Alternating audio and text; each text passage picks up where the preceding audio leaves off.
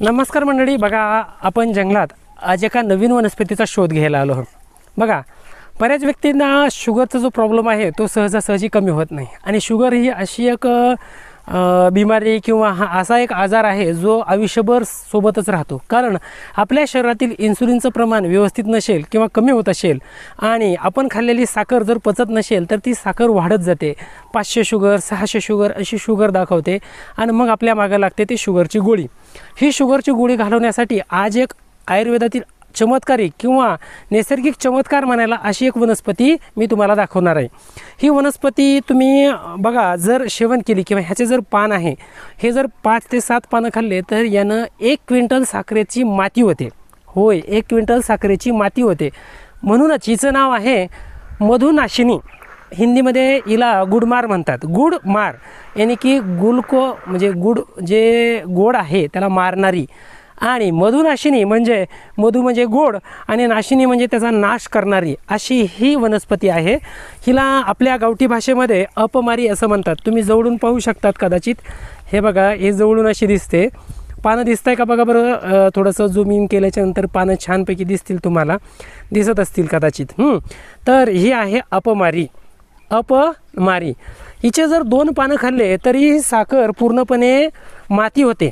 मात्र आता मधुमेहात किंवा शुगरमध्ये वापरायची कशी? शुगरचे 2 प्रकार असतात. एक म्हणजे शुगर कमी होणे आणि दुसरा प्रकार म्हणजे शुगर जास्त होणे. तर हिचा उपयोग आहे तो म्हणजे शुगर जास्त होणाऱ्या लोकांसाठी, ना की कमी होणाऱ्या लोकांसाठी. ही मात्र खूप महत्त्वाची गोष्ट आहे, ही लक्षात ठेवा. यामुळे डायबिटीज 2 पूर्णपणे कमी होण्यास मदत मिळते.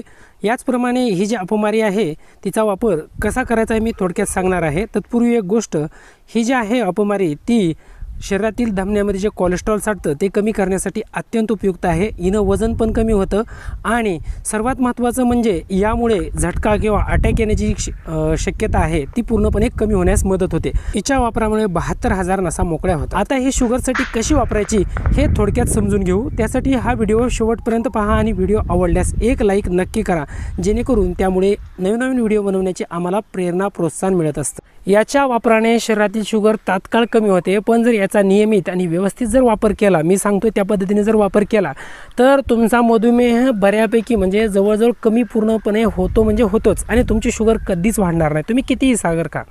बघा, ह्याचं एक जरी पान चावून खाल्लं तर आपल्याला दिवसभर तोंडाला चव लागत नाही. कारण काय होतं की जेवढा आपल्याकडं गोड पदार्थ आहेत किंवा साखर आहे जी शरीरामध्ये, ती बऱ्यापैकी त्याची विघटन होऊन ती साखर नष्ट होते. बघा, अशी ही अपमारी आहे. आणि याचा वापर कसा करायचा ते समजून घ्या. बघा, याचा वापर अगदी सोपा आहे. बघा, सकाळी याचे 5 ते 7 पानं काढायचे. 5च पानं काढा कमीत कमी. चांगले स्वच्छ धुवायचे आणि चावून खायचे. हा प्रयोग तुम्हाला सलग 11 दिवस करायचा आहे. 11 दिवस केल्याच्यानंतर तुमच्या शरीरातील साखरेचं जे प्रमाण आहे पूर्णपणे कमी होऊन जातं.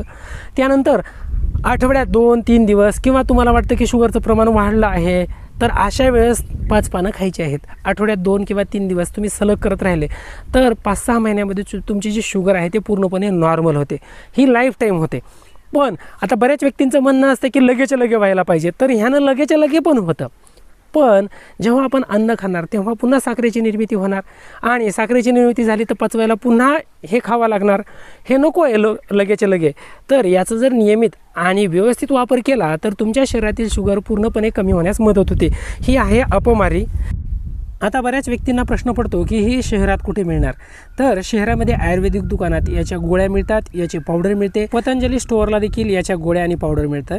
बघा, खेड्यामध्ये आपल्याला ही सहज उपलब्ध होते. आपण सहज ती शेतामधून घेऊन त्याचा वापर करू शकतो आणि शहरामध्ये देखील उपलब्ध होते. नक्की वापर करा आणि आपली शुगर